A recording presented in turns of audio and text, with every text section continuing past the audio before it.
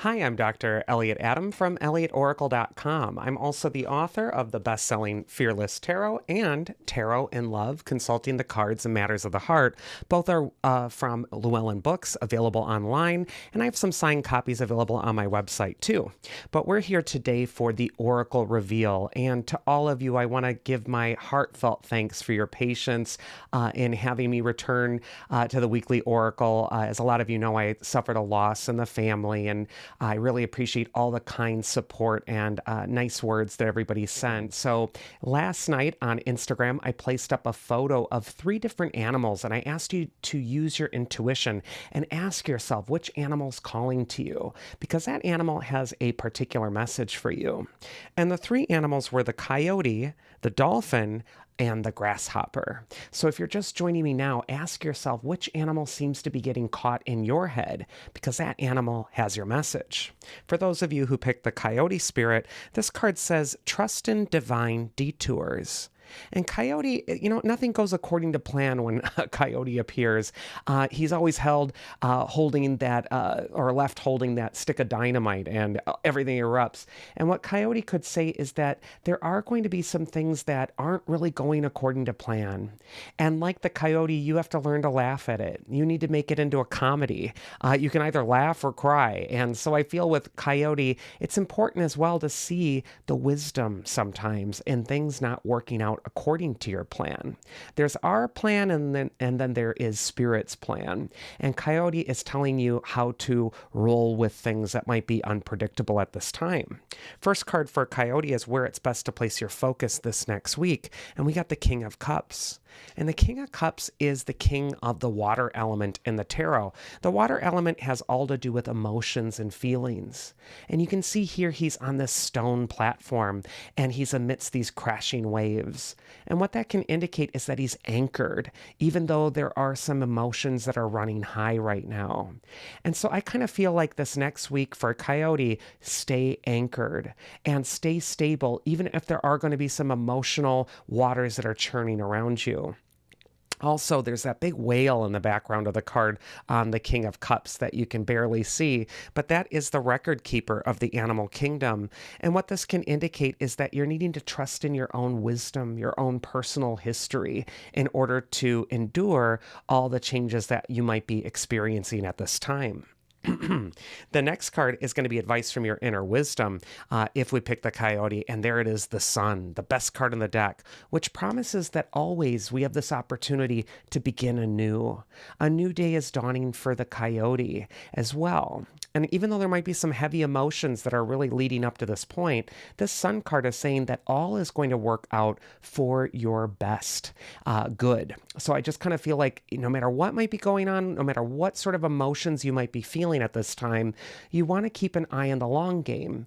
And you want to remember that the sun will rise again. There is a new beginning just around the corner. The sun is also just a card of focusing on the positive in your life, looking at the things that you're trying to attract to you and affirming that more, instead of getting stuck too much in the emotional realm and kind of using that as evidence for why you can't be happy right now. The joy you're looking for is waiting for you at this moment. It isn't off in some far off future that hasn't happened yet. And so I think with the sun, it's really telling you, or at least giving you permission to enjoy your life as it is right now with all its divine detours. And then finally, we got the mythic archetype that's going to help you this next week.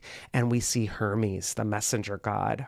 This is a card that shows that there is some signs, or there are signs or signals that are coming through to you. This is a time to pay attention, not only to the wisdom found within, but also to those little serendipitous signs and signals that you're seeing out in the world around you.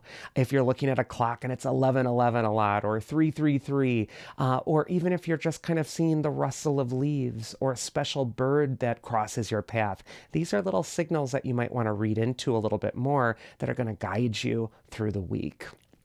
Next, we're going to go into the Dolphin spirit, and this card says this and that are true. And Dolphin is the smart animal. He is the one that has this great brain power in the animal kingdom. And there is an intelligence that is required to accept two different things in your mind, two different realities at the same time that might not be in perfect agreement with one another and yet are both true. This is a week of nuance if you're attracted to the dolphin. And the dolphin I think of also as just breathing. It's so important this next week that you're breathing into your center, and that you're also trusting your own inner wisdom, even if you are holding two things in your heart or in your head at this time that are opposing each other but are true. First card for Dolphin is where it's best for you to place your focus this next week. And look at that, we got the wealthy Nine of Pentacles card. Like all successful cards of the Pentacle suit in the tarot, for me, the Nine of Pentacles does promise a reward for the work you've been doing and also for your patience. But also the Nine of Pentacles is a card of raising your personal standards of excellence, not accepting something that's below par for you right now. And I just kind of feel like you might want to look around your life right now, pay attention to it, and clear out anything that's burdensome, difficult, challenging, and instead really affirm those things that you're trying to grow, trying to become successful.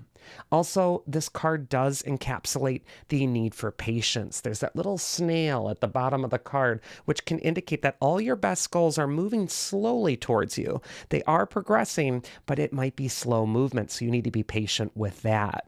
Advice from your inner wisdom this next week is the wonderful Lovers card. And for me, the Lovers is all about bringing these three archetypal figures, the angel, the man, and the woman, which are three different aspects of you, back into harmony or balance. It might be a time to turn inward and notice what part of yourself is neglected at this time. Is it the angel? Is it your spirit? Is it maybe your emotions, your feelings? Do you need to sit with those? Is it the woman on the card? Or are you neglecting something that's very practical right now, or something that needs to be done in the external world around you, symbolized by the man? It's time to really pay attention to that. And the mythic archetype that's going to help you this next week is actually Uranus. He's the father of the Titans, but he's also the sky father. And he is titled the father in this card because what he really symbolizes is that external realm of the father, of the mundane world, of the things you need to see to. And I think it's time to bring something into balance here. It might be financially, it might be with a career goal or something you're aspiring to, but it's time to get yourself going in that external world. And then finally, the Grasshopper spirit says, take a leap of faith. And for me, I remember the story of the ant and the grasshopper plays the violin all year, and it gets to be winter, and then the ant who's been preparing is ready, but the grasshopper isn't.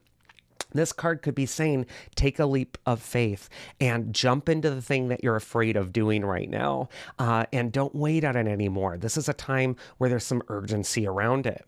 First card for Grasshopper is where it's best to place your focus, and it's on wriggling out of any mental traps you're finding yourself in with that Eight of Swords. The woman on the Eight of Swords is toxically passive. She's hoping, wishing, or waiting for the hero to come in and save her from her problems. And yet, no one's coming. And so this card is telling you not to be passively waiting for something to come, but to use the swords that are right around you and cut yourself free. Cut the ropes with the tools that you have at your own disposal. You can do it. Stop waiting for someone else to do it. The Eight of Swords is telling you to get out of your fear spiral and really put your attention toward being proactive. Next is going to be advice from your inner wisdom, and you got the Two of Swords. And it's interesting, both figures are blindfolded on these cards, but in the case of the Two of Swords, instead of being like sort of this victim energy with the Eight of Swords, this woman's calm and serene. She's centered. She's stoic because she knows that this is an in-between time. This is going to pass. So whatever Grasshopper is kind of struggling with right now, this will transition. This will pass. And the mythic archetype that's going to help you is Selene, the goddess of the moon. She's a goddess of magic, but she's also the goddess of intuition. And much like the woman with the moon on the Two of Swords, who's trusting her inner intuition, her inner wisdom to navigate through the challenges, so too for Grasshopper, it's time to trust yourself as well. That wisdom is within you. You just need to be quiet and calm to hear it. And that is this week's Oracle. I do hope you enjoyed it. If you did, you can check me out at elliotoracle.com and schedule a one-on-one reading with me there. Otherwise, I hope you all have a safe and happy new year, and do take care. I plan on being here next week.